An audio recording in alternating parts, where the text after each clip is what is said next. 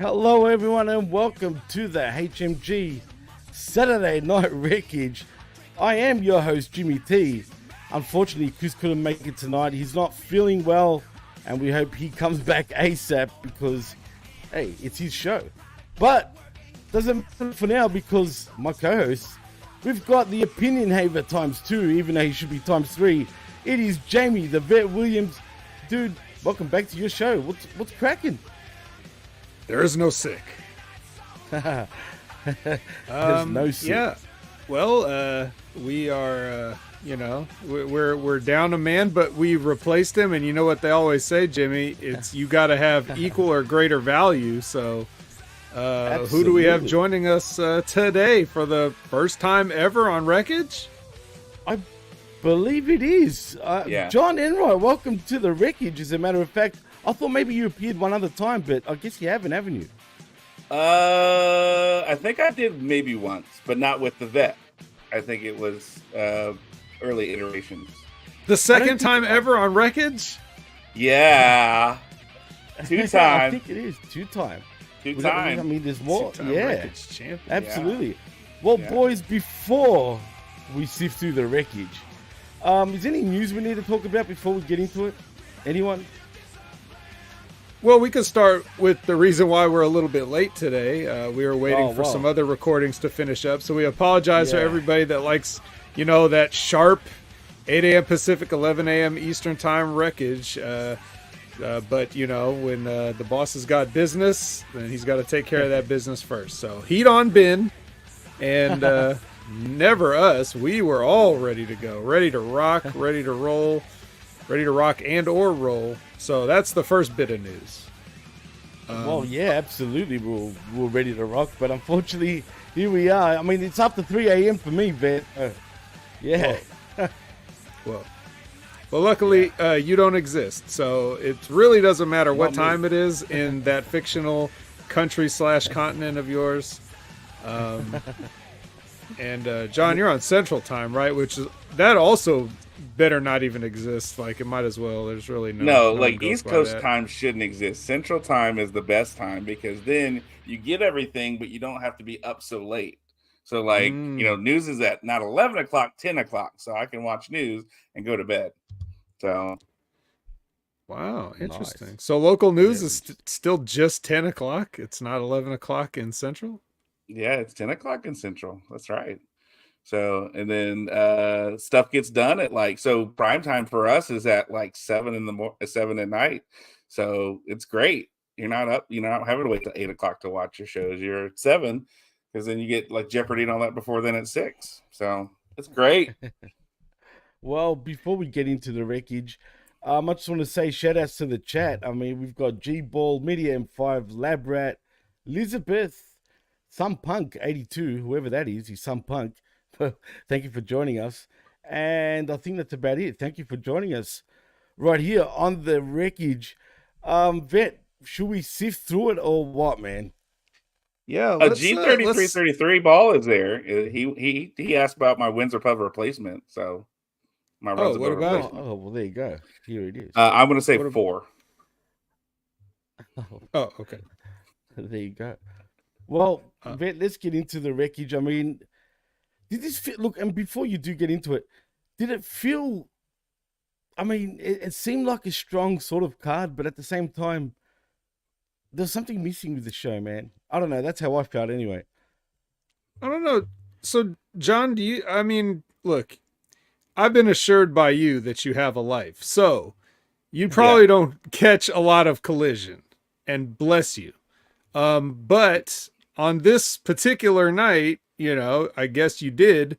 So what is the impression for somebody that's so, in and out of whatever AEW's up to at any given moment? It feels like I'm watching a fever dream of a 5-year-old child. Because everything feels so disconnected and so all over the place. It's like, okay, I may have picked up some stuff a couple weeks ago, and I'm like, where is some of that stuff that was there 2 weeks ago? Why? What's going on right now?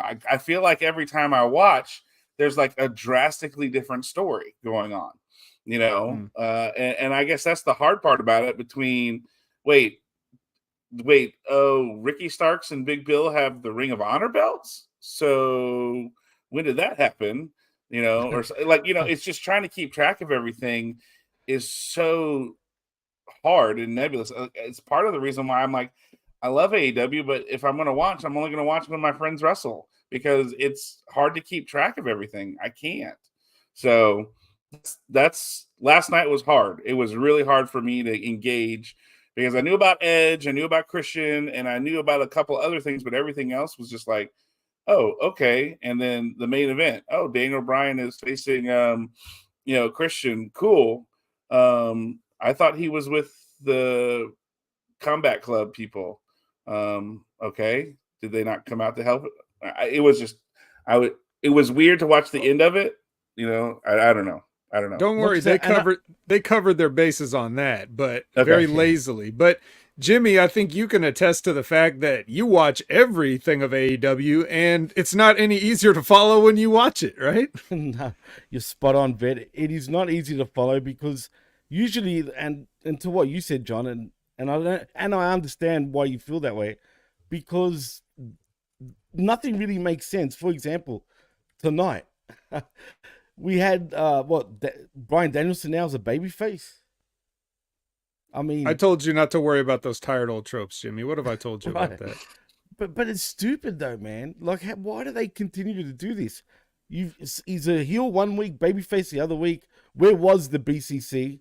Just like John said, they'll nowhere to be seen. I mean, I just don't understand why this happens. I mean, for crying out loud, TK got his toys to sing him a happy birthday this past Wednesday. I mean, what does that tell you? And it was awkward too, just quietly. Or loudly. Yeah. It was awkward. It was very awkward.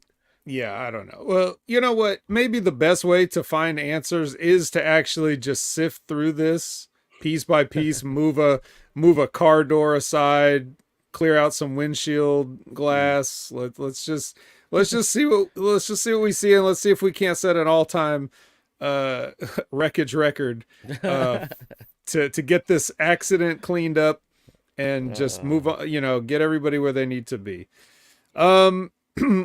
Now, before anything, Jimmy, I have to ask you, was there John, was there some opening Saturday night's main event promos on this episode? Because I didn't get to see them if there was. No.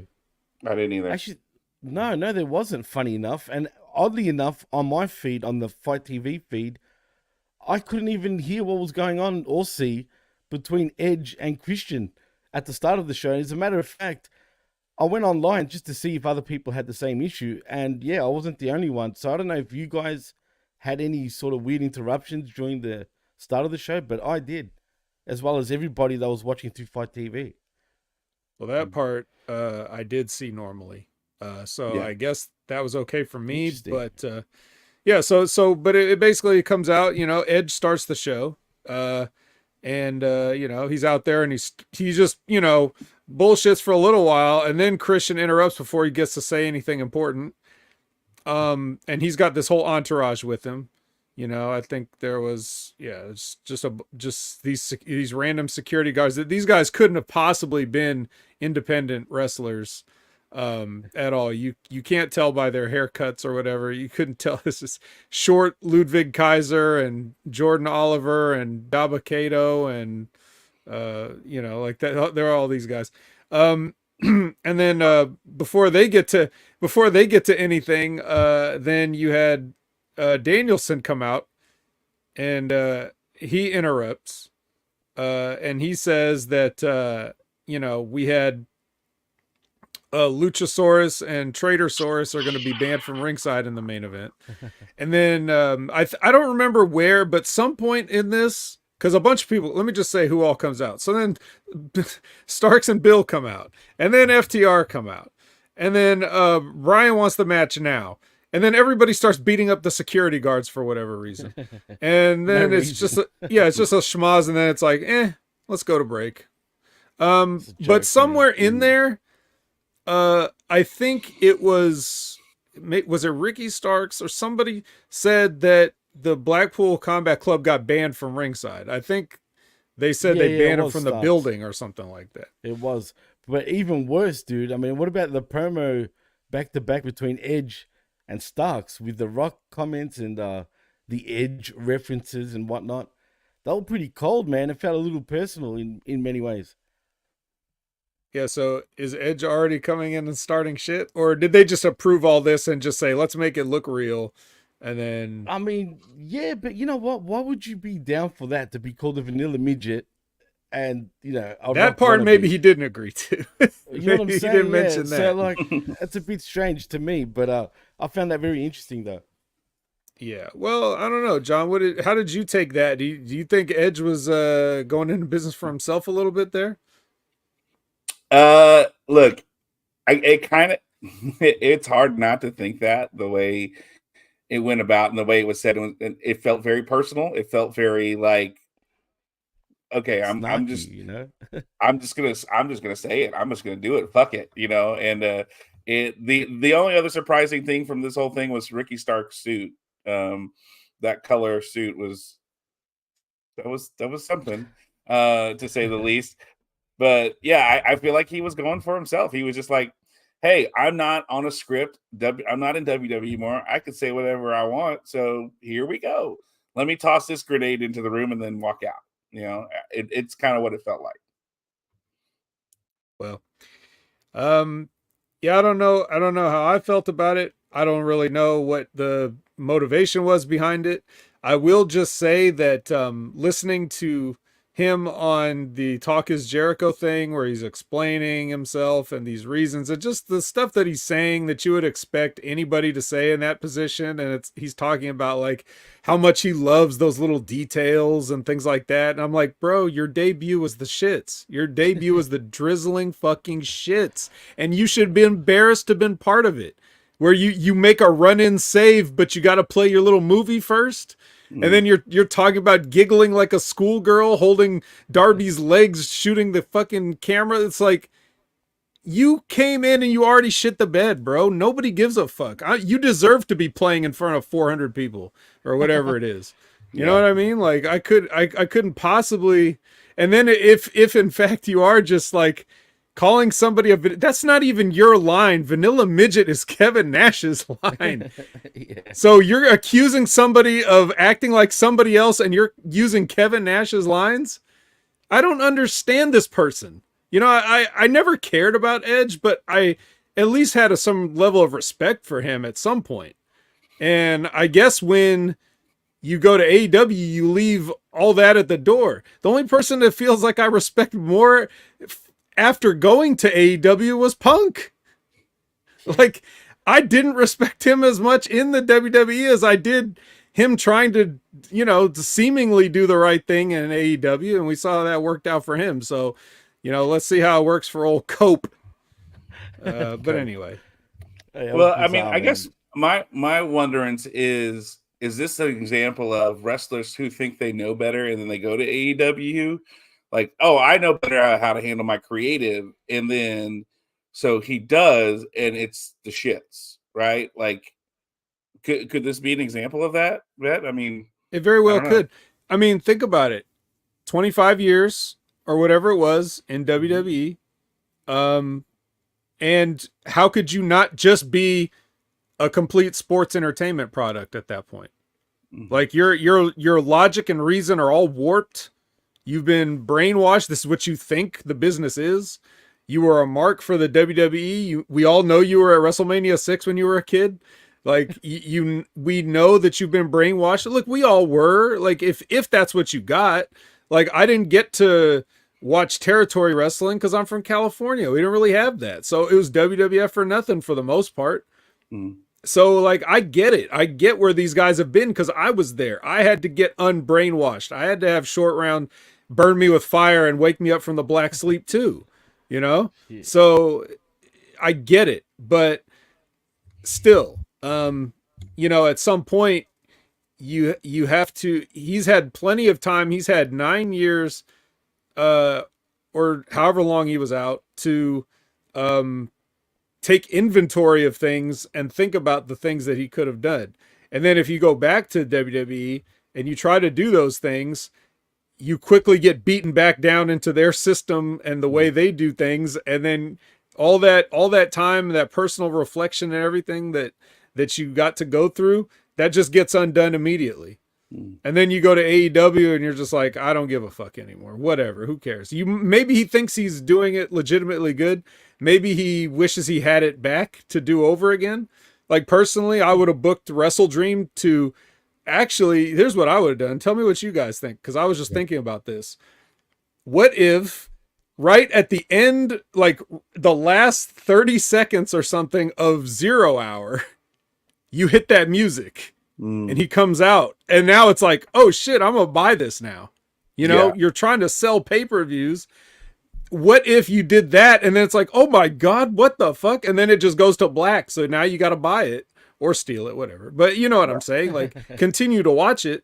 And then you open the show with him saying, I'm here. I wasn't going to miss this. I'm, you know, whatever. You could do your little movie thing and everything. And then if you want to do that business at the end and have him run out during that, now that everybody's assuming he's going to run out, so that builds the anticipation. Then it builds the anticipation. Oh, is he gonna go with his friend or is he gonna go with, you know, Sting and Darby? Oh, you could have done everything the same, but you just introduce him at first so you don't look like a fucking asshole posing while this 60-year-old man is about to get his head caved in.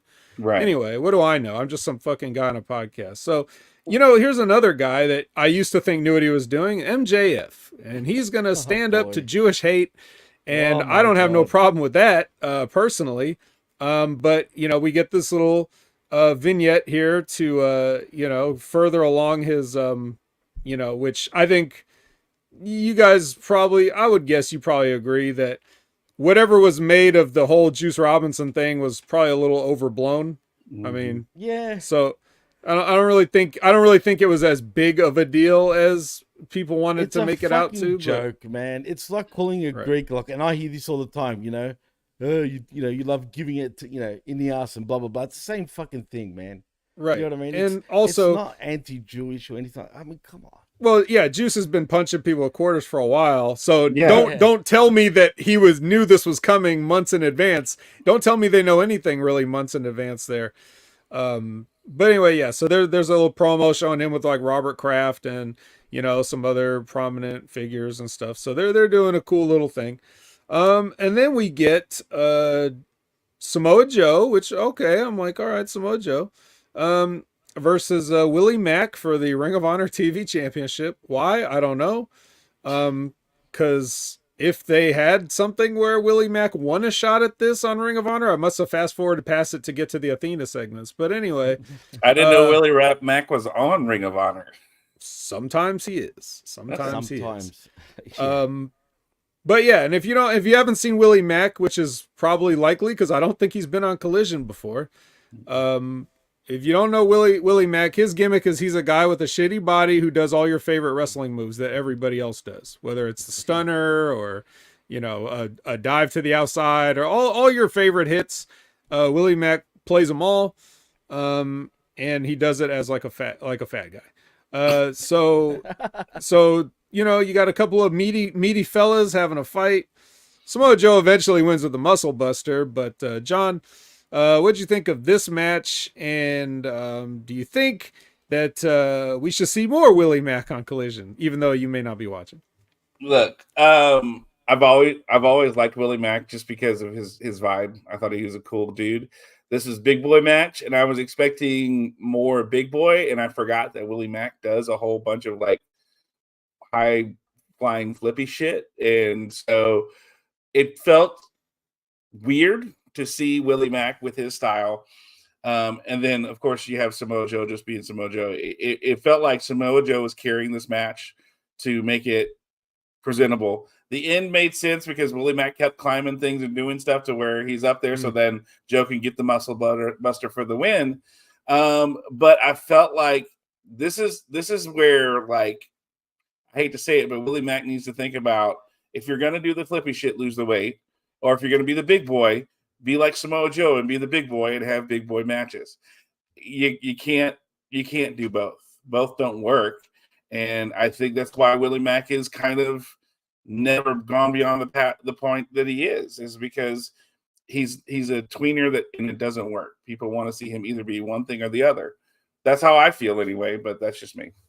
What about you, Jimmy? Do you agree that Willie Mack should choose, or should he just do whatever he thinks is the most crowd-pleasing thing at the time?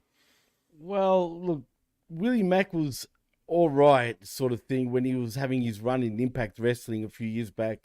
I didn't mind him then, but I mean, what is he? Just a wannabe flippy dude that's big? I mean, who is he? What is he? You know what I'm saying? Like, what is he? Like, I don't get he's a professional wrestler, Jimmy, and he's trying to win the match. The problem here is, first of all, he shouldn't be number one contender. Not that I've been watching Ring of Honor anyway, but as far as I heard, I think he's only had like 4 matches or 8 matches in 2023. So it's not like he's doing much. And this is another pet peeve I have with this company. Again, why do we have random guys? Literally random. I mean, Willie Mack can't be any random than whoever, you know what I mean? Being number one contender for whatever championship. I just don't understand it. I don't understand why they do this week in, week out. Yet some wrestlers get a rematch clause, right, randomly, and others, and most, 90% of them don't. Again, let's make this shit clear, man. Like, I don't understand what's going on. Well, and here's the problem. If you never watched a Willie Mack, if you didn't know who Willie Mack was, you would think because of what Nigel McGuinness said at the beginning of the match, he was, emancipated at 13 and he was home, like he's done everything. You think, okay, this dude's a badass. Like, this dude's going to come out and be a badass, and this is going to be a badass match. That's what you're expecting, and then you see this completely different style whatsoever. Granted, I know he was in Lucha Underground when he did all that Lucha Flippy shit and all that kind of stuff. And then when he was with Impact, he was with Rich Swann, who did all the high-flying flippy shit as well. But I expected badass, especially with the presentation that Nigel McGuinness gave at the beginning of this match. And that's how we should be presented, John. I mean, imagine if they actually presented him like a badass, man. You know what I mean? But they don't. He wants to be a clown for whatever reason. You know what I mean? Yeah, I agree. Yeah. Well, that's what he's always been. He's always been like a fun guy. He never has seemed badass at all, ever.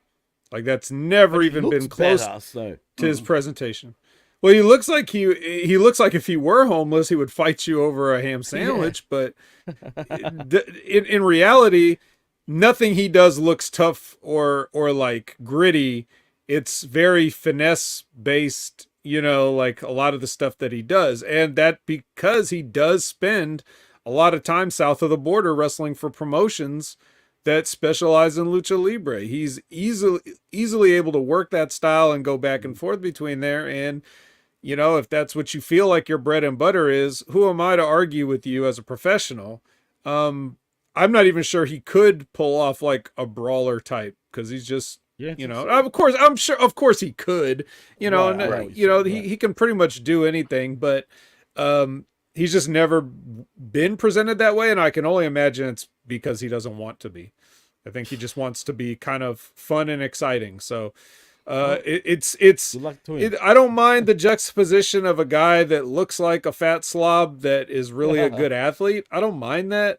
That's impressive, no doubt. But I mean, come on. But for whatever reason, he kind of is just always where he is on the card. So maybe everybody else doesn't get it either. I don't know, but they do like him, so they want to keep booking him. So expect to see him in random championship matches going forward. Before we move on, Vet, speaking of random. I just want to say a random thing right now. Do you think they're wasting Joe being the TV champion, dude, of Ring of Honor? I mean, they could be getting more out of him, but as long as he's on every week, something, whether he's doing a match like this and getting a convincing win, or if he's doing those promos where it looks like, he just had dinner at John Cena's house and then they retire to the cigar room. What was up with that? Where did that go? I don't know, but whatever. I'll take it. It's fine. He's Samoa Joe is the best Samoa Joe, I think, right now. I've never liked his presentation more than I have right now, even though the actual what he's doing is not the greatest, but just he's not going along with any of the bullshit. You know, he's protecting himself within this. He's encasing himself in a bullshit proof bubble right now, and he's just doing his best. That's a good way of putting it, actually. Now here's the opposite of that. We have Lexi Nair, and she's gonna have CJ Perry with her, and then she says a bunch of nothing, and then Action Andretti walks up, and he's like, "Hey, sugar, how about you manage me, baby?" And then something like that, and walks off like he's all cool and everything. Oh, if you don't know, now you know. I'm Action Andretti. Yeah, wow. It's my God. If you don't know, now you know. What year is this? So, yeah, he's really cool. I wonder what'll happen with him. Yeah, that's Danhausen. Danhausen gets his video sing-along thing. That's next. And then we get the aforementioned Juice Robinson with the BCG versus CD, who does the BME. Juice is over with a weird DDT. And then they scrape Christopher Daniels off the canvas, and they go to they present Jay White presents as if proposing. He presents Juice with a diamond ring. Juice puts the diamond ring on his hand, throws the left hand of God into Christopher Daniels' mouth. And then Juice says he got the ring at TJ Maxx. And then Jay puts an exclamation point on the whole scene. So this took up quite a bit much more time than we're going to on it. But, essentially just following up him saying he's going to take the diamond ring before Jay takes the belt for real. So there you go. Now, Jimmy, we like Bullet Club Gold, or at least a couple of them. But again, a random Christopher Daniels, just to go over on. This is the Juice singles match that, everybody's been just dying. I bet Jim Cornette can't wait to see this Juice Robinson singles match. Oh man! But now that you saw it, what do you have to say about it? Why did the match go for as long as it did, man? This match should have been quick. You know what I mean? Christopher Daniels is a legend. Yeah, dude. Oh, sorry. A legend in that ring. Like, I think he's a fallen angel. Oh, Jesus. He has the rear that makes the ladies cheer. Mm-hmm. Best moonsault ever. Man.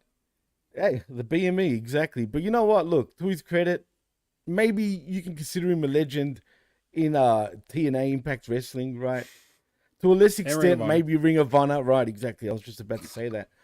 But come on, man. A legend in wrestling, I don't know, maybe in the independent circuit, sure. But not on the big stage. Let's be real, guys. I mean, yeah. I mean, he's good, but he should be done right now. He should be finished. No need for him to wrestle random matches. Stick to your job that you're supposed to be doing in the back.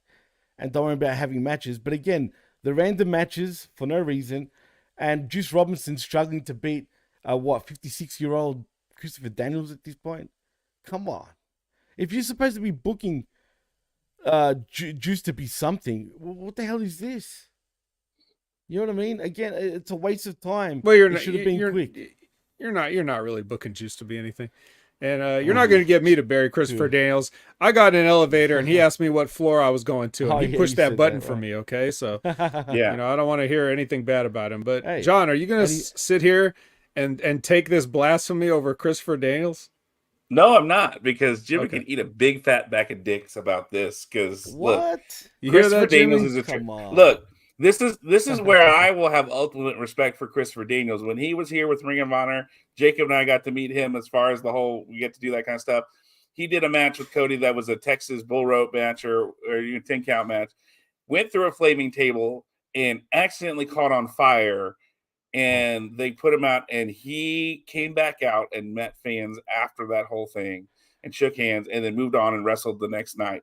Got into a car, drove the next day to the next location in Texas and wrestled the next night. Christopher Daniels is over in my book from that day forward. Just really cool dude. I think, here's the thing. He is a really good wrestler. Is there anything incredibly outstanding about him? No. But what makes him so good is that he can work with anybody and puts together really good matches. He makes things work very, very well. and he makes everything look solid and believable in the ring. There's nothing about his game that I feel is very sloppy or not realistic looking. And so that's why I feel like he's a good dude to have with someone like Juice Robinson, because hey, if you want to build Juice, that's a name people know, especially with this kind of thing of going on. And it's that idea of, look, Juice is young still for the most part, even though he's been in WWE, even though he's been in New Japan. He feels like just that complete wild card in the ring that you don't know what's going to happen. And having him with somebody like Christopher Daniels, who's going to structure a match accordingly, this makes a lot of sense, especially if the goal is, hey, we're going to do this thing where we're going to have a ring and we want to do, this whole bit with, we're going to take the diamond ring, which I know they said it with Samoa Joe that his goal is to focus towards getting back to winning that championship too. So is he in this diamond battle royal thingy? Because it was hard to figure out. That's for the ring, right? That MJF has. That's right. But then Jay White is wrestling for the belt, but he has the belt. Revolution. But he stole the belt. He stole the belt. Okay. All right. So he stole the belt, and he's walking around like he's the shit because he has the belt. But then the battle royal thingy that they're doing is for the ring. Yes, I believe that the ring, much like the United States Championship in WCW, makes you the automatic number one contender for the championship when you win it. Like you get a ring and you get a title shot, right? Is that how it works? They just said to become a legend, and like they showed a picture of like they never said that for sure we're going to be getting like you get a title shot. They just said to become legendary. Well, only MJF has ever won the ring since the company existed. Yes. So I don't know how it really works, true. but nonetheless, yeah. So I don't know. That being said, we will find out what happens. I'm quite sure Juice is not going to win it, but it was nice of them to at least, look, everybody on this show is just pulling time. Like pretty much all these matches went through a break. That's what I hate about it, dude. No, they don't have enough. They don't have enough content. They do have enough, but they don't have enough to get your full 2 hours in. So we're gonna stretch it out. That's just what we do. Dustin Rhodes does a promo. He says he wants rings and belts too. Mm-hmm. So hey, look out! Here comes Dustin. Because it's snapper. It's in Houston. I figured out that because he said that. Hey, Houston, I'm coming and I'm going to be in this thing and I'm going to win. Yeah, because he's a Texan, John. No, you're not. No, calling him a Texan. Well, that's what he said. That was his. He's in Austin. Look, he's in Austin. Is that really Texas? It's California. Texan Civil War right here. Really? Yeah. Okay, all right, I get you. Look, one thing that Houston and Dallas people can agree on is that Austin is not Texan. Here's the thing. When your state is big enough to really be 3 states, obviously there's going to be some geographical. Well, 3 big ones. Let's say 3 big ones. 3 big states. It's actually in the Texas Constitution when we joined the United States that we can actually at any point we can divide the state into 5 states. Oh, really? Yeah. That is part of one of the contingencies of us joining the United States is at any point, if Texans choose, they can vote and they can separate into 5 different. Is there a chance of that ever happening in the future? Oh, no. No. Okay. Because despite like our disdain for Austin, at the end of the day, we can make fun of Austin because we're Texan. It's like anybody else wants to make fun of Austin. It's like, fuck you. You don't get. It's like a family member, right? Yeah. I get it. Yeah. All right. Well, speaking of families, when they need you, basically. Right. Yeah. Speaking of families, Lexi Nara's with Nick Wayne, and everybody wants to know why Nick Wayne did what he did. However many weeks after the fact now, like I guess they don't have too many opportunities to talk to him. And he says you can find out on Dynamite, so we'll just push it back even more. I don't think anybody really wants to know. The reason that he turned is because they already ran out of ideas for a kid that can't get over. He doesn't even look at the other guys in the ring when he's wrestling them. It's like he won't make eye contact. What's wrong with him? Kid, man. Yeah, exactly. I don't like him. Didn't they say something about his mom though? Like the interview's going to be with Jim Ross and his mom. And something like that. Yeah. His mum looks like a goer too, if you know what I mean. As Uh, Christian would know. Yeah, Christian's trying to get that. Speaking of weird kids, Kyle Fletcher versus Savage Boulder, or whatever his name is. No one cares because even though this, I think, went through a break, went through a picture-in-picture, didn't it? Yeah. Or was this short enough to actually? No. Okay, No, they did. It did. I remember because it it was picture-in-picture. I'm going, oh my god! Oh my god! Anyway, Dragon Sleeper by Kyle Fletcher, which I've never seen him use before. But then again, I always fast forward his matches, so I'm sure I missed it. This was no different. Here we have one half of the former Bear Country, now Iron Savages, Boulder, against one half of quote unquote tag team of Aussie Open and Oi. Yeah, Mark Davis hurt again.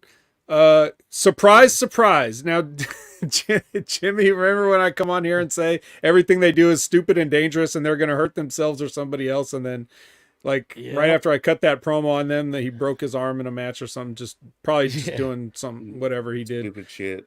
Not the first time he's hurt himself in a match. It wasn't actually his fault. It was from his It's always move. his fault. It's always well, his technically, he got splashed on his arm, and that's what broke it. Wow. So the man can even just lie still and get hurt. It's amazing. That's reminds me of Bryan Danielson. So same deal. Anyway, do we have anything to say about this, Jimmy?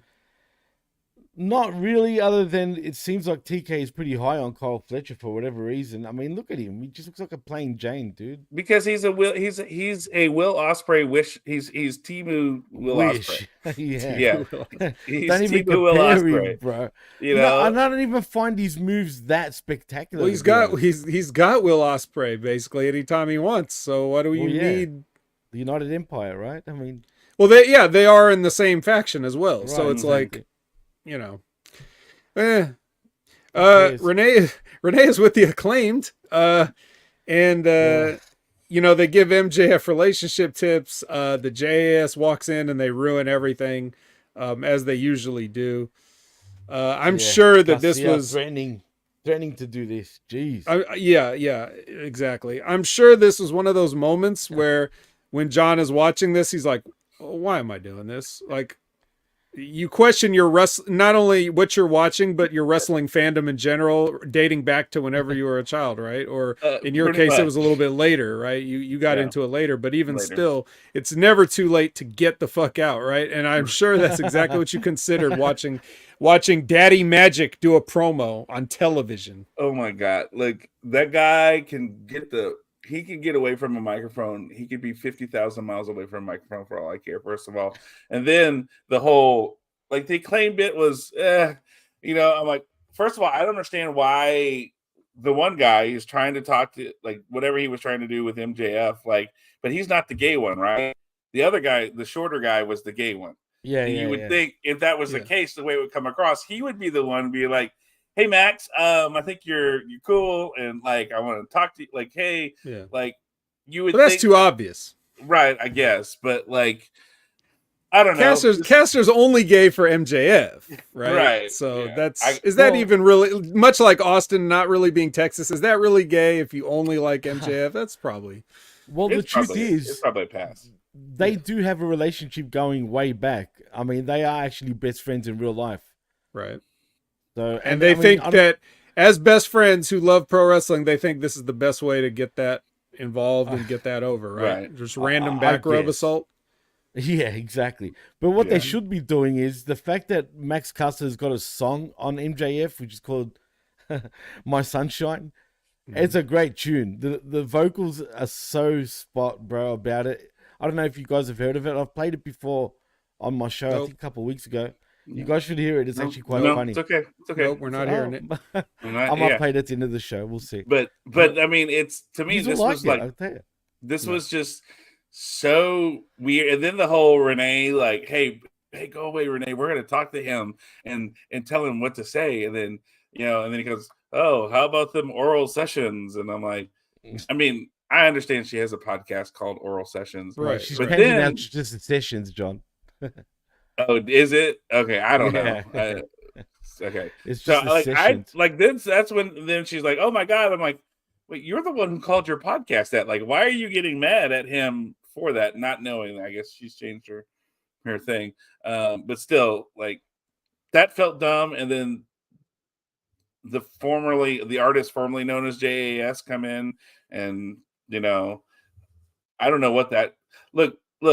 And Todd Brantley says this. I think it was Todd Brantley. Has Daddy Magic sound like he's a Polish guy from Chicago when he was born in Montreal?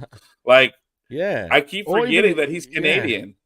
I thought he sounds more like a New York, like a bit of a New York, a greaseball. You know what I mean? I think he's going for that. That's what I think that's kind of what he wants to sound like, is like one of those super fans, Dub Bears. He wants to go for that, but it's just, and then I still don't understand the whole Daniel Garcia. You had a cool thing with Red Death and being a wrestler, and now you're doing this whole I'm gonna shake my hips thingy. And I think that was Jericho's idea or some shit. According to Jericho. Remember that Daniel Garcia has the internal conflict, probably much like Anakin Skywalker did between the light and the dark side. Like, does he want to be a pro wrestler or a sports entertainer? He's struggling with this, and sometimes the dance just comes out. Okay. So okay. Yeah. Well, I guess I'm sorry. Again, it's just like, no. They owe you an apology, John. Don't you apologize? All right. Okay. Yeah. Well, thank you. Well, I appreciate it, because I felt very confused after this point, and I'm just going, okay, cool. And I did find it very weird too that the Acclaimed were very excited about 48 days of holding the belt. I'm like, that's weird. They just say whatever day it is that they're on TV that day. They just say they've had it that many days. Well, unlike Roman Reigns, who just says, but that's the weird part. You've got like SmackDown and WWE, where Roman Reigns is like 1,138 days of being a champ. Hey, we're 48 days for being a trios champ. Like, it felt very this is where I struggle with AEW, is because it feels very less than WWE. And, as Eric Bischoff has said before, you can be less than, you can be better than, or you can be different than.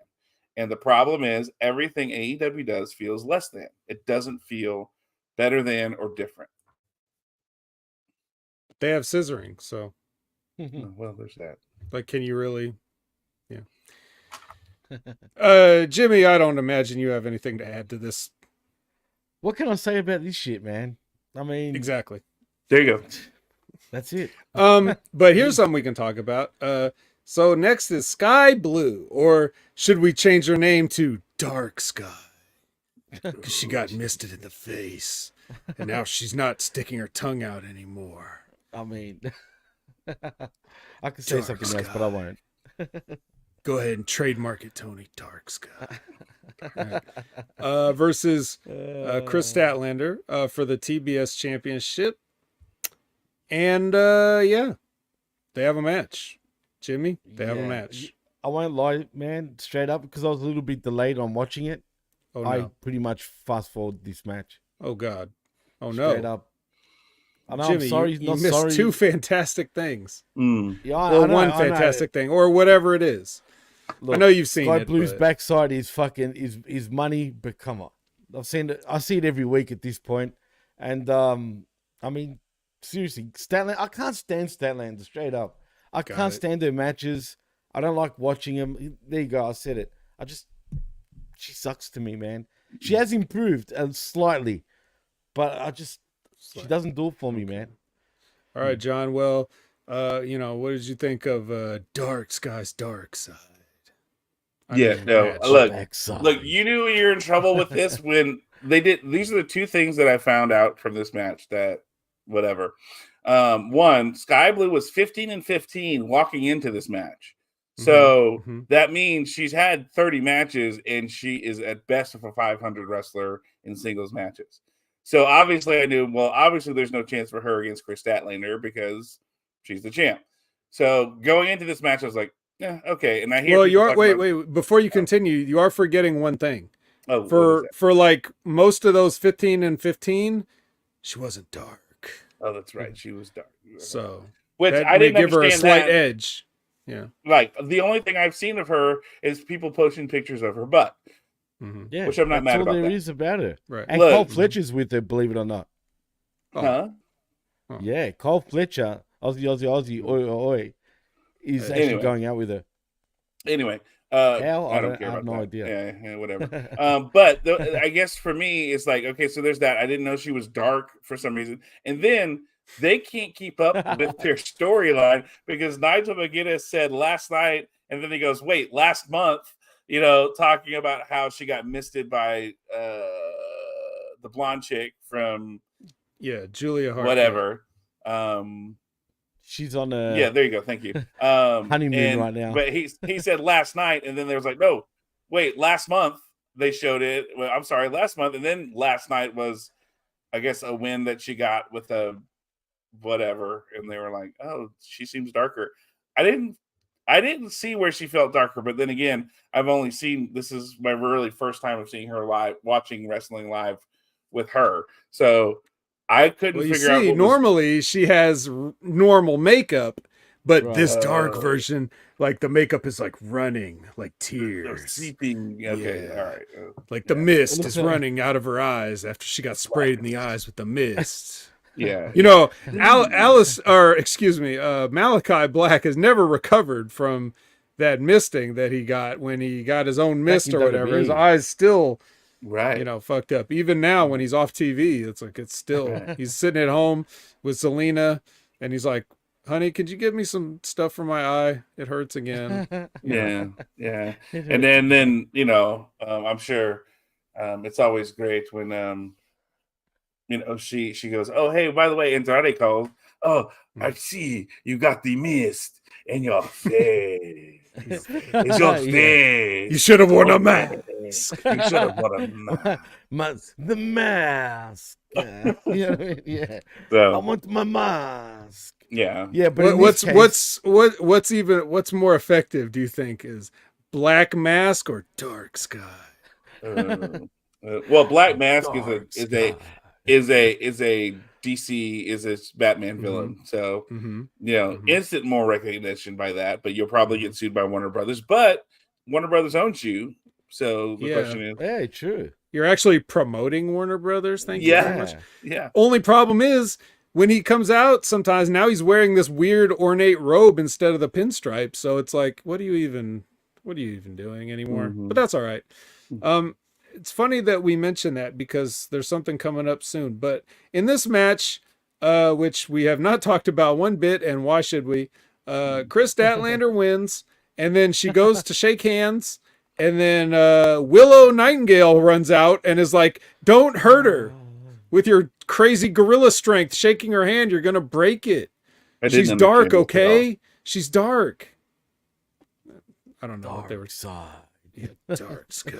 I don't know what. Oh, that's it. Dark Sky. That's it. Yeah, I don't know what Willow is really too concerned about. I guess this is just their way of like planting a seed that Willow gets a shot at the TBS championship someday.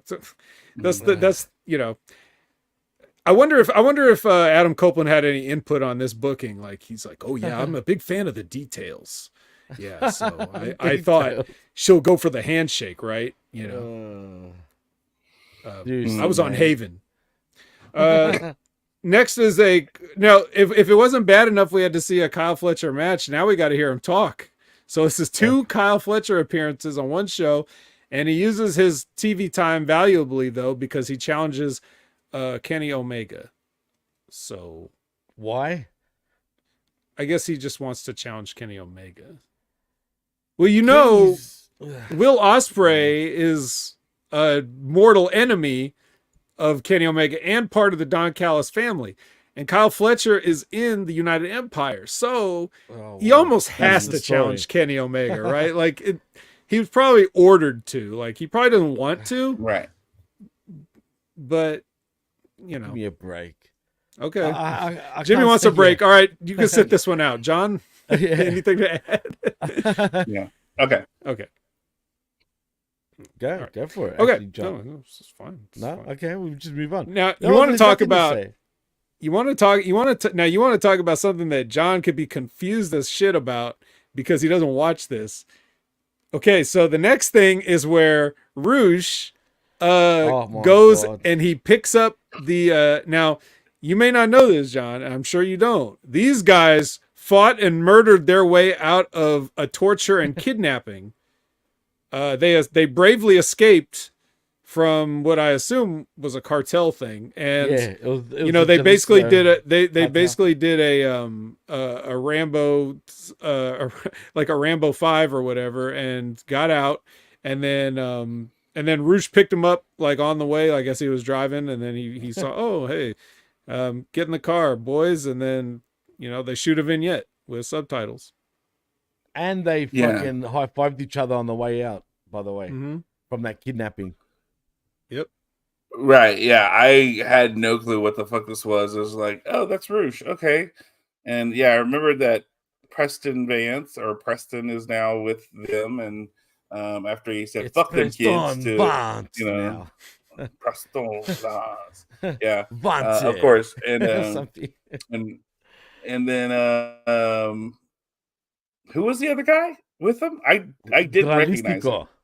Dralisico, he's another one of the brothers, right? Yeah. It's like him, Dragon, and Rouge. Yeah. Yep. He's the brother. He's the brother no one cares about. Yeah. Right. Okay. All right. Because I saw a thing later with Mystico and Rocky Romero wrestling, and I was like, wait, is that the same guy? Was that the guy that was the OG Sin Cara? Well, no, I'm talking about like in this video segment later on. I was like, wait, is Mystico the guy that was in that video segment earlier? No. It's not Mystico. And here's my other question. Isn't Andrade also ingovernable? And he lost his mask. Supposed to be a part of this group? But he got it back. Yeah. Yeah, right. He's supposed to be, but he's gone missing. So is he kicked out because Rouge is now here? And so we trade one shitty English speaker for another shitty English speaker. We have no idea. Hey, they're trying, okay? They're doing all right. It's hard. I don't know. Speaking English, I don't even understand why they were in this situation and there was blood and beating ups and like. It all started with the mask. Cool. So wait, you're gonna tell me you beat up men and killed them to get out of a situation? You're gonna go to a wrestling ring and you're gonna wrestle, but you can kill people. So you've done murder, but you're gonna travel the country in a wrestling ring. But the guys that they killed were jobbers of the cartels. Yeah, yeah, it's true. Because no one knows who they were. Do you know who they are? I don't. No, I mean, no one knows. Who are they supposed to wrestle? The fucking cartel in the. But I don't even understand the whole. Is that what's happening? I don't even understand. Like this again. This They're is feuding where with themselves, like this is a John. fever dream of a 5-year-old going. This would be so fun if we're driving in a cool car and we're beating up people and there's blood and like we look so cool, and then we have these shiny jackets and it'll be fun, and we point at the camera and we sound real tough, right? That'd be fun, right? Let's do that. I'm done. That's exactly what went through my entire brain this whole segment. Well, if you cross a Rouge, you get the horns, John. So careful. That's what he said. Did he not say that? Bienvenido a AEW, John. Okay. That's what we do here. Yeah. So next, all right, now I'm finally into it because my favorite wrestler showed up. Keith Lee. Keith Lee came out, and I was like, okay, I can stop fast forwarding. And he faced Turbo Floyd from the Outrunners, or excuse me, Turbo and Floyd from the Outrunners. If you don't get that joke, then you'll have to watch Wrestling with Rip Rogers, in which I appear on the screen with Turbo Floyd at one point. So go find that episode in the archives. And yes. Well, they are OVW guys, legitly. So yeah. Yep. Yeah. So yeah. Although this guy did not last. For the it was 7 or 8 episodes on Netflix. Huh?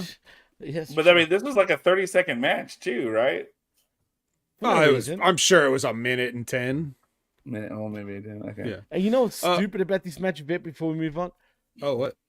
What's it gonna do for what's his face, Keith Lee? Nothing. Oh, it shows you that he can take care of business much faster than Juice Robinson, much faster than Kyle Fletcher, much faster than Chris Statlander. Basically, just shows you. Catering. Yeah, faster than Samoa Joe. Like, yeah, true. Good point. You know, Willie Mack, is Willie Mack really on a higher level than Turbo Floyd? No. Probably not. So obviously Keith Lee is a threat, and he's a threat to who? Tough, bro. He's a threat to Shane Taylor and Lee Moriarty, who are watching on. And when this eventual collision course happens, then oh man, was it that they were a threat, or was it? Because here's how I confused. I saw that, and from my vantage point, it looked like they were looking in case they wanted to recruit him because of Shane Taylor Promotions, because of that whole thing. So are they beefing? Is Shane Taylor and Keith Lee beefing right now? Yes. Okay, all right. I see, and because I took the other direction because they're just watching and they're like, yeah, like. But where are they beefing? I don't know. Right. Probably Ring of Honor. Who knows? But here's the only other time I know they were beefing was here in Texas at VIP Wrestling, and then like it was the whole thing. He came back and Shane Taylor was you fucking left me. You did all this. You went to WWE. You left all these things. So fuck you, Keith Lee. Yeah. And so then if that's the case, then they're carrying the story that they started here in Texas. So okay, yes. Cool. That's pretty much exactly what Shane Taylor has said. Yeah, they are actually doing that exact story. Per se. So they're doing that, and then they're going to fight, and then they're going to become friends, and they're going to become best friends. Yay! Maybe that could happen, but it is definitely something that I've been one of the few things I've been interested in, because they're just not going right into it. Like normally in AEW, when they decide, hey, maybe we should start a program with these two guys. Okay, cage match with a chain on a pole to start. And then, that's usually how the feuds start. And then they eventually work their way down to a wrestling match. But in this one, they've just been talking back and forth, and sometimes even in the same room. So it's actually building the anticipation of, okay, what's going to happen when, Keith Lee and Shane Taylor actually get in there and mix it up. So, and they have been doing it here on Collision. But when Chris is in charge of the show, he keeps saying, who the fuck is Shane Taylor, and ignoring everything that comes out of his mouth. So, Jimmy probably is like, it's not registering with Jimmy because Chris is just pushing it forward. And we keep trying to tell Chris, no, wait, Shane Taylor's good. And then he's like, I don't care. So, it's his show and we move on. But here, where we're running the show, we're here to say Shane Taylor is cool. Yeah. Hey, he's all right. Shane Taylor's man. cool. Shut up, Jimmy. Shane Taylor's cool. I mean, shit. Shane Taylor. Now, Lee Moriarty, on the other hand. Shut up, Australian. Criminal. No, Lee Moriarty. Actually. Yeah. No. All right. Here's someone else that. Cat? I think he's moved on from that, thankfully. I think he's grown up a little bit. I think. What is he, a puma now? Or? I don't even know if he's feline related at all. I think he's just regular guy now. He's regular guy, tag team partner of Shane Taylor. That's it. So we had an alien, a cat, and now regular people. Okay, I see. Yes, that's what we're doing. Now here's a guy that Lee and Shane used to be a tag team in Ring of Honor called the Pretty Boy Killers, and I didn't know Lee Moriarty went that far back. No, he didn't. They do. That was that was Keith Lee, not Lee Moriarty. Keith Lee, yeah. Oh, Keith Lee. See, because we were. You knew that, John. You knew that. Okay. Yeah. No, that's okay. I get what he was saying now. Keith Lee. But I was getting confused for a second because we had been talking about Lee Moriarty being in Shane Taylor. Yeah. And then everyone loves Shane Taylor. They even did a thing where they, showed footage of that. They showed the Ring of Honor footage and everything, and Shane Taylor's talking over it and telling the story. And I think Chris was like, I don't care. So we moved on. But anyway, look forward to this because Keith Lee is my favorite. So please look forward to it. All right. Now, Miro is not my favorite. He will destroy every man to protect one woman. So he says. Bullshit. And as if to prove his point, that motherfucker Action Andretti gets grabbed from off screen and headlocked as Miro finishes his promo. So even though it didn't really make any sense, I was like, all right, I guess that's kind of funny. So what'd you think of that? It felt like him. It felt like him grabbing his little brother, and he was getting ready to give him a noogie. Like it was very serious and to the point. And then I get, yes, we're gonna grab Action Andretti because he made a pass at CJ earlier in the night, which is Miro's wife. Cool, but the way he did it, it just made him feel like, all right, I'm about to give you a noogie now, so I'm gonna cut talking and I'm gonna give you a noogie, and it ruined everything that was up to that point. Do you agree with that, Jimmy? Did it ruin it? I do. It did ruin it. And as a matter of fact, what's even more ruining is the fact. So what's happening with Miro anyway? Yeah, he said what he said, but then what? Are we just gonna a noogie? You know, is he a noogie? Yeah, but is he gonna go MIA again? I mean, he's disappeared already. When was the last time we saw him at Wrestle Dream? Was it not? Was it Wrestle Dream? I don't think we did see him. It's been a while since we've seen him, and before that, it was a while since we saw him then. Was it the match with Hobbs? Again. Oh, yeah. And what was that all out? That was all out, dude. How long ago was that? Over a month ago 100 years ago. Well, he was gone for how many months? Only to come back, and now he's just talking shit in vignettes again. Yeah. Is that... Okay, cool. I don't like this start-stop bullshit. That's what I'm talking about. We're just keeping him alive. Infer that he was going to be in that like diamond whatever match. Doesn't matter. It's irrelevant because even if he is, he'll go missing once again for about 2 months, and then he pops up randomly for no fucking reason. Mm-hmm. Yeah. AEW, man. Yeah, it's very sad. Depressing.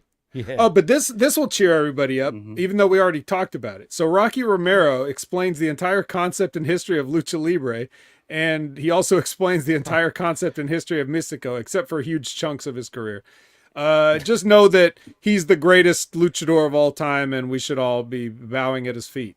And yes, he was the original Sin Cara, as Jimmy pointed out. So that's probably why you may know him if you know him. Mystico. From he's known to be a bit of a gangster too, man. He pulled out a gun on fucking Alberto Del Rio, apparently. He's known to have some sort of cartel connections. There's all sorts of shit. That's what I was reading anyway, but oh shit, so he's gonna go right after El Toro Blanco, right? And all those he's gonna guys shoot them. He's gonna cap his ass, bro. I mean, come on. He's gonna have the match with Rocky, and then he's just gonna run out of the ring, go to the back, and fight the Ingobernables. You murdered my friend. Yeah. I'm a kill I've got you my now. mask. Now I've got my pistola. You know what I mean? Jesus, man. This is a very Nacho Libre episode of Wreckage here. All right. Well, we are finally at a main event that this match, I would say you could go through a break on this one if you want, because it's Bryan Danielson versus Christian for the TNT Championship. Which Christian thinks is the most prestigious championship. At this point, it actually because is. he has it. Yeah. And, so they have a match. Before I say what happens in the match, I will go with our guest first. All right, John, you finally sat through all this bullshit, and then you can settle down and watch a professional wrestling match. So what'd you think?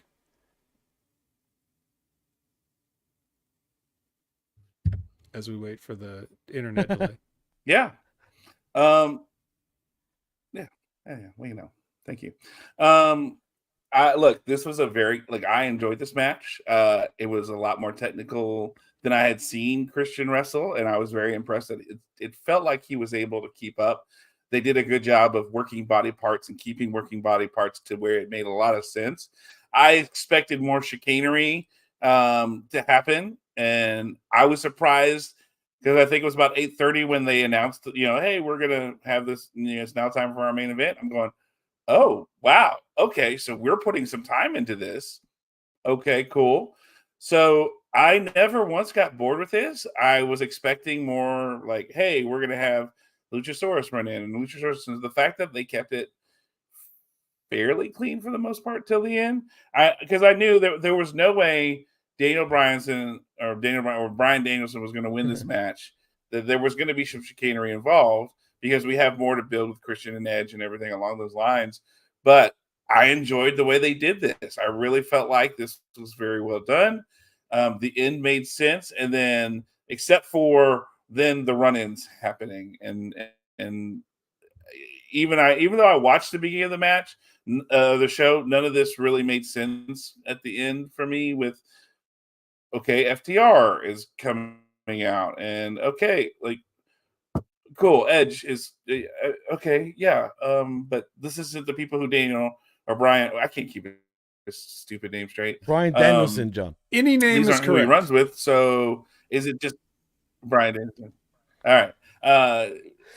So it's just people who all have beefs and there's no real unity. We all hate these guys, so we're just going to come out and do the end for the end. Anyway, that's neither here nor there. I think for just talking about the match, I felt it was a very solid match, very well put together, wrestled very well, and quite enjoyable.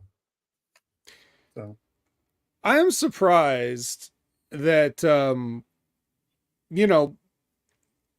Danielson doesn't take advantage of all of his knowledge and expertise to just kind of like have more matches like this, because there aren't too many people that are like above his level that can say, yeah, we're not doing any of that. We're going to do this. And Christian is one of those few people because he's going to protect him. Not only is Christian protecting himself, he's protecting Brian from himself as well. Yeah. Because this guy, the guy that got hurt lying down, is supposed to be out with an injury, and he's just like, stick a rod in it and sew it up. I got work to do. So the real pro wrestler. Yeah. I appreciate that in a day where we didn't have guaranteed money, but unfortunately we do. So just stay your ass at home, and quit endangering the lives of everyone else in your workplace. But Christian's going to be one of those guys that's like, I'm not doing any of that bullshit. We're just going to wrestle and work. And so that's more or less what you get with this. And it's like I said, I guess I'm not that surprised, but I'm disappointed that, Danielson doesn't take that approach, because all the young guys from him. That's why. Well, here's the thing. All the young guys in the company that he's working with, we know they can just do every fucking thing. They need to learn how to not do it. And no one's going to teach them other than just a handful of people. So have the do everything match when you're 100%. When your wrist is fucking still broken, have the do nothing match and teach them how to do that, so that when they break their wrist, like Mark Davis, then they can go and they can actually work matches with a broken wrist because they're not doing anything. We don't need to do the do everything match because we already got that one down. We've made a company out of that for 4 years. Time for the do nothing match. So Christian's like, fuck this, we're not doing anything. And it's still entertaining, if you know how to do it right. And even Christian's not that great at it, but compared to everybody else, he is. So he's trying not to get concussed out of a job again. He's trying to keep Danielson from, killing himself and everything. And so they can tell a nice story there. So that was nice. But other than that, like, Jimmy, how did you see it? Were you like, were you into this as John was, like, in terms of like, I've had to sit through fucking scissoring promos and Miro and yada, yada, yada. And honestly, for God's sake, the Daddy Magic, like, this is finally something I can just sit down and enjoy. And did you? Because of the rest of the show, I was in and out on this match. But in saying that doesn't mean I didn't enjoy it or that it was bad. It was a good match. As a matter of fact, it was a very good match. But like you just said, though, you made me think, Danielson should know better, though, should he not? You would think. That's what's bizarre. Like, it's just weird with the way he thinks about pro wrestling, when I thought he'd be the type that, by this stage of his career, he would want to work a safe way. But for whatever reason, he's a hard man, dude. He's got balls of steel. He wants to prove that he can go. So, yeah, well, okay. Here's the thing. Here's the difference. Like, I understand the mentality of I want to give 100%. I want to give the fans what they paid to see. I want That's to, cool. yeah. The difference is it's not mutually exclusive. Like, Right. you can have a safe match, and then when it's time, you kick the guy in the chest as hard as you can, and it's still a hard-hitting match. It's the other things that he does that he doesn't Flying need to headbutts and do. shit like that. Right, exactly. Yeah, so it's there's a line you have to walk, but who am I to tell him what to do? I'm just saying that's how I see it, from a professional standpoint of, like, you're already here ahead of schedule, and Exactly. you don't want to do anything to keep the schedule even longer, or God forbid, you go out for good. So now's an opportunity to practice. It's not, working a safe match doesn't mean your match can't be good. Of course you can have a good match, and you can do all the things that people expect, but you also have to look at it as an opportunity to show how good you really are by adding the variety. Like, instead of just doing what the people expect you to do something different, or tell a story. Give yourself a reason why you can't do the things that people would normally expect you to do. There's so many ways to go about it. I just don't think, I guess he just doesn't see it that way. So whatever. But Christian's like, fuck all this. We're doing the match I want to do, I guess.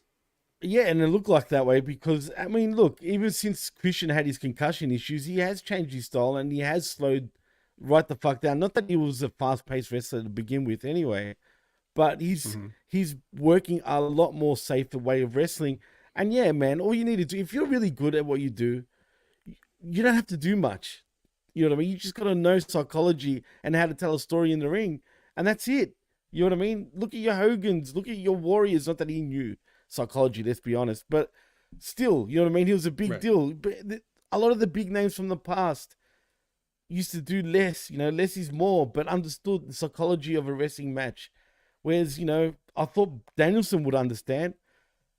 But maybe he feels like he needs, he's under pressure or some shit and he needs to deliver. And like you said, Vet, he needs to do what the fans expect him to do, I guess, at this point. So, John, like, we know, we hear all the time about all the old veteran wrestlers are saying, these guys do is just a bunch of moves and they don't know, learn how to work, kid, and all this other stuff, right? And that's easy to say because, to Jimmy's point, what he just said, when you're over, you can do nothing. When you're over, you can pull a sock out. When you're over, all you got to do is an entrance. When you're over, there's very little that you have to do when you're over. When you're not over, you're trying to get over, and that's why they do every move they know, and they don't realize that they're not going to get it. But I do understand, like, the guys that have other things to rely on, they do rely on them a lot of times. When you're looking at these guys and you're just like, he does every move he knows. It's like, yeah, because that's all he's got. All he's got is every move that he's ever seen before. And that's what he's going to do because he's trying to get over by being the guy that does every move. It's just unfortunate that now all wrestling is nationally and worldwide available, so everybody can see everybody do every move they know. So now you're not even special in that, but that is why we see so many guys doing all the moves they know. And when Al Snow says things like, the best match on WrestleMania 3 was Hogan Andre because they drew the most money, basically what he's saying is, hey, how come all you guys aren't Hulk Hogan and Andre the Giant? Very easy to say, Right. Everybody can't be Hulk Hogan and Andre the Giant. So you have to be Ricky Steamboat and Randy Savage because that's what you can do. So like I get it, but I mean, do you see like, you know, what are your thoughts on that whole thing in general of they're doing it because they think that's the way to get over it, but even if they had, even if they weren't thinking that, they don't even have the tools that it takes to get over. Yeah. You know, and I think this is where character, you know, again, as Ben says, character trumps talent sometimes when it comes to these things. You have to have a little bit of character for the moves to make sense and to be meaningful. And I think that's the thing that makes wrestling great is that there are an opportunity to do so many different styles. You can have flippy shit, you can have brawler, you can have technical, you can do all these things. But for it all to make sense, you have to have character to make sense. You know, that's Will Ospreay. The only character he has is he's a snotty, shitty British person who does a whole bunch of flippy shit. I mean, he does how many finishing moves in a match, right? I mean, like all of them. All of them. That's true. He does all of them, right? Because we've changed as a wrestling as a wrestling fan because we want to see all the exciting shit. We don't care as much about the wrestling and the character as much. So we're fueling that by going, well, hey, look, this is great. And then we have guys like Brian Cage, who looks like, gigantic, but yet he's doing flips and all this kind of shit. And when he's he should be that, the guy, though, to be fair, a little bit, but he's still get my shit in, right? Mr. GSMI, like, you know, and then when he's not on TV, that's what he's doing. Look, right. You can't, what's his character? I'm a big muscly man. I'm the machine. And I do flippy shit, right? You have this badass look, and then you're trying to be a brawl, but you're not a brawler, like we talked about with Willie Mack.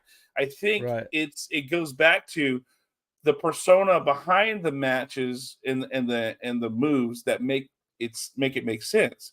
You don't.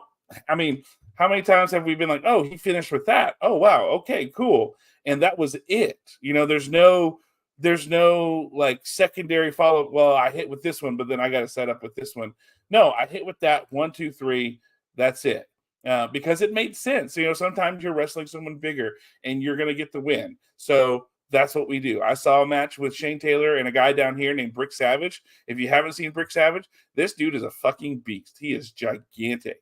And the way they ended it made a lot of sense. Shane did not do the package pile driver. You know, it was, you know, hit him with his right hand, and then somebody interfered, and they had some stuff. And 1, 2, 3, Shane goes over because this Brick guy is huge in the area because he's literally a big guy, and him and Shane are going after it. And Shane's done an incredible job of losing weight and looking incredibly more athletic.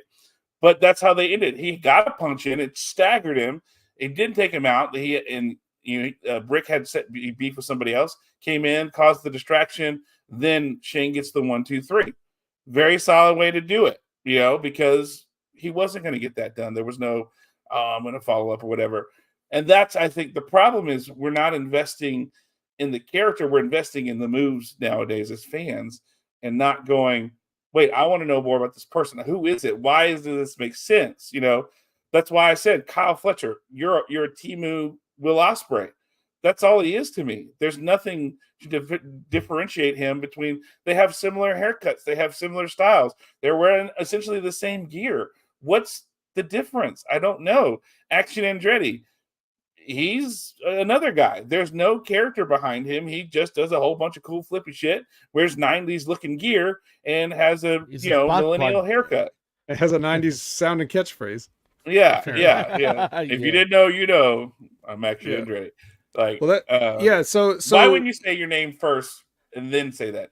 Hey, I'm Action Andretti. If you didn't know, you know. Like that's right. Well, he can take that. I'm sure you'd be happy if he took that. Take that advice, Action. But that's the way you described that Shane Taylor match is actually a perfect transition because it sounds very familiar. So in this match, Starks interferes, and then Christian wins. And then everyone runs down because it's just a repeat of the opening segment, except, you know, instead of beating up security, they're all fighting each other. I say after this, fire everyone because we just can't have people fighting and brawling and stuff. Like I was fearing for everybody's life in that arena. I feared for the production crew and like all the fans. I was just worried. So I feel like the only course of action is to just fire everybody involved. I know Adam Copeland just got there. Sorry, you should have seen the guy that you're replacing. You should have seen how he went out. You should know better than to run out and get involved and throw fists when it's not your business. So that's just my recommendation. They're probably not going to go with it. But and there's also the wild card of Daniel Bryan, who's been known to choke people on the side of the ring with, cords and stuff. So such a dick. Yeah. So such a dick indeed. Yeah. I mean, shit. Yeah. And does this mean it's official now? Christian has got his own crew of I don't know what you want to call them, but whatever they are. Is that what's happening now? A crew of peeps? Yeah, there you go. The peeps. It's the peep show again. I don't know. We'll see. We'll see if he has local wrestlers every time he comes out to protect him from everybody. But I mean, that was it. So there was your episode of Collision, and now we are going to give it a letter grade. So with this in mind, with this main event in mind, Jimmy, I'm going to you. What grade do we give this episode? I'm being generous, but I'm going to say a C-. That is generous. It is generous. I could have gone D. I thought you were going D for dozing off. Yeah. Well, I mean, shit. No, I'll say C-, man. Could have been better though. Okay. All right. John, you don't see Collision often, but when you do, you got to give it a letter grade. So what are you gonna do? I'm at a D- for this. This was the only. If I may ask, what saved it from failure? The last match of the night. Okay. This was the last match of the night was solid. Everything was made sense. It was good, except for you had to run in. The aftermath didn't make sense with all the people, but that match was good, solid, and that's where I was at a D-. If not, man, this was going to be a failure because it was so wheels off. Yeah, see, for me, the fact that we had Jay White and the main event, that's the only reason why I gave a C. Of course, because you're an Australian. Of course, you want to see Jay White. And of course you love Kyle Fletcher because you're Australian. All you need now is Bronson Reed or Jonah to show up. And then hey, at least Bronson Reed has got something, unlike Kyle Fletcher, whoever the fuck he is. He's got a lot of something. Let's be honest. Yeah. But hey, Big don't. Bronson Who are Reed, you trying to front on, John? You love Jay White. I love Jay White. We're Americans. Yeah. Everybody loves Jay White. Yeah. We love Jay White. I love Jay White. I love Sky Blue, Dark Sky. And I love Keith Lee. So I got 3 things on this show. I'm still giving it a D, but at least it's not a fail. So, with that being said, it looks like that Collision's got some work to do, and they're going to have to go to summer school if they keep going in this direction. But we are just about out of here because tomorrow's a school day. So, Jimmy, it's already tomorrow for you. Yeah, man. And where can we find more of you? Well, you can find me on the X at DJ MassFX and also at the PWC Network. Also, like and subscribe right here at channelattitude.com where for $5, not only do you get the realest talking professional wrestling, but also the best talking pro wrestling. Also, HamiMediaGroup.podbean.com for our affiliate shows, and at the PWCNetwork.podbean.com for all of our shows. And yeah, that's a wrap. All right, John, what about you, our special guest? I know that you and Jimmy do a lot of work together. Where can they find you? We meet on Saturday mornings at 10 a.m. That's right. To talk the Smack Attack, where we do review the WWE's SmackDown show on Friday nights, which is right now on Fox. And then we talk about some other random wrestling shit on top of all that. And then, of course, you can always find me here on the internets. It says Jay Reezy Man if you can't see it. It's right there underneath my Sunday Funday title for the day. And then, of course, as always, just as a reminder, October is Domestic Violence Awareness Month.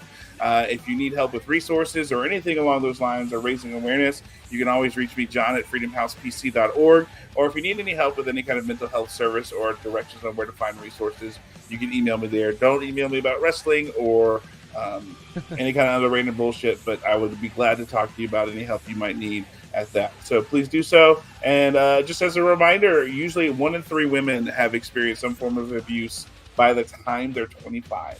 So it's important for us to raise awareness for that and make sure that we are doing our best to be as protective to women as we can.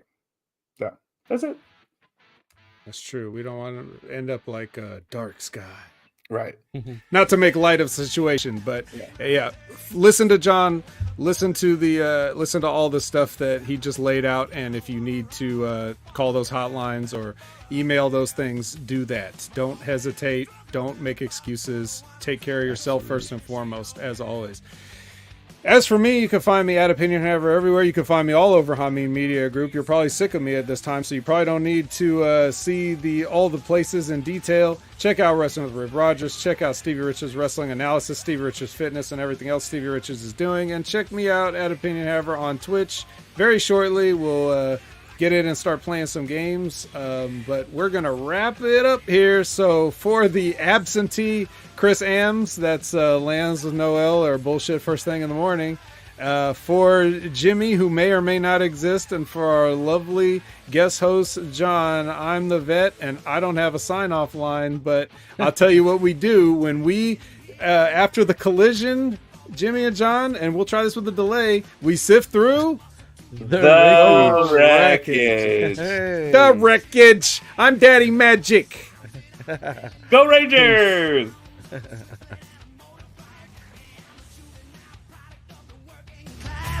Best friend folks from the bottom of the glass. Don't give us none of your aggravation. We had it when you get some plan. Saturday night's alright for fighting. Get a little action in. Get a bottle oil, now's a diesel train. Gonna send this down the line. Saturday night's the night I like. Saturday night's alright, alright, alright.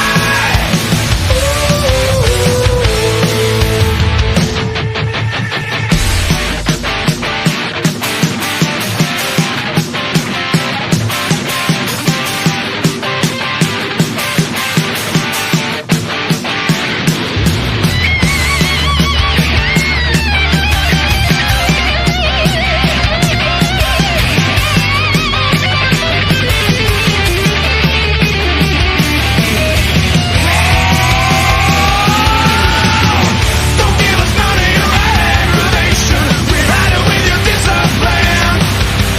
Saturday night's alright for fighting. Get a little action in. Get a bottle oil, now's a diesel train. Gonna send this down the line. Saturday night's the night I like. Saturday night's alright.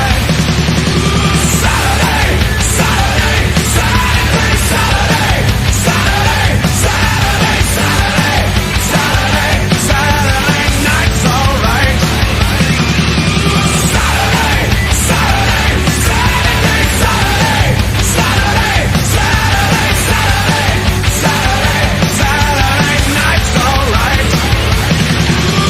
Saturday, Saturday, Saturday, Saturday, Saturday, Saturday, Saturday, Saturday, Saturday night's alright.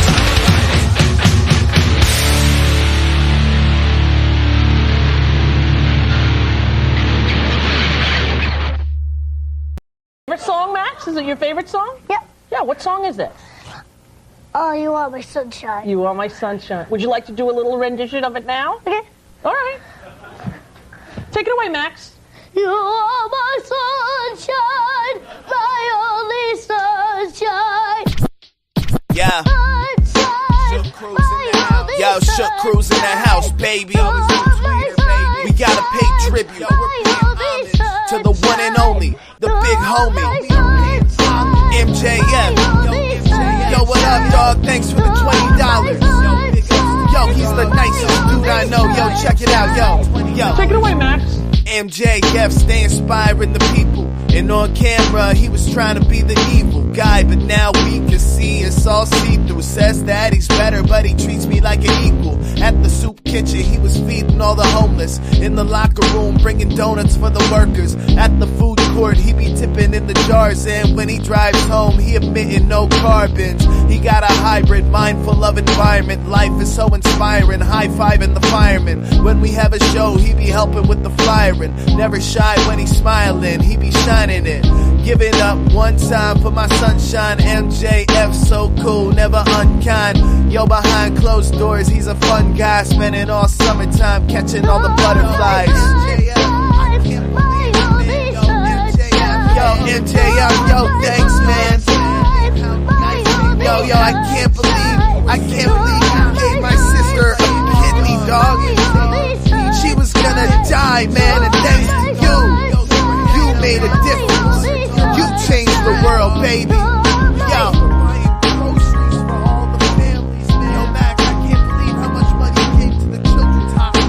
You changed the world.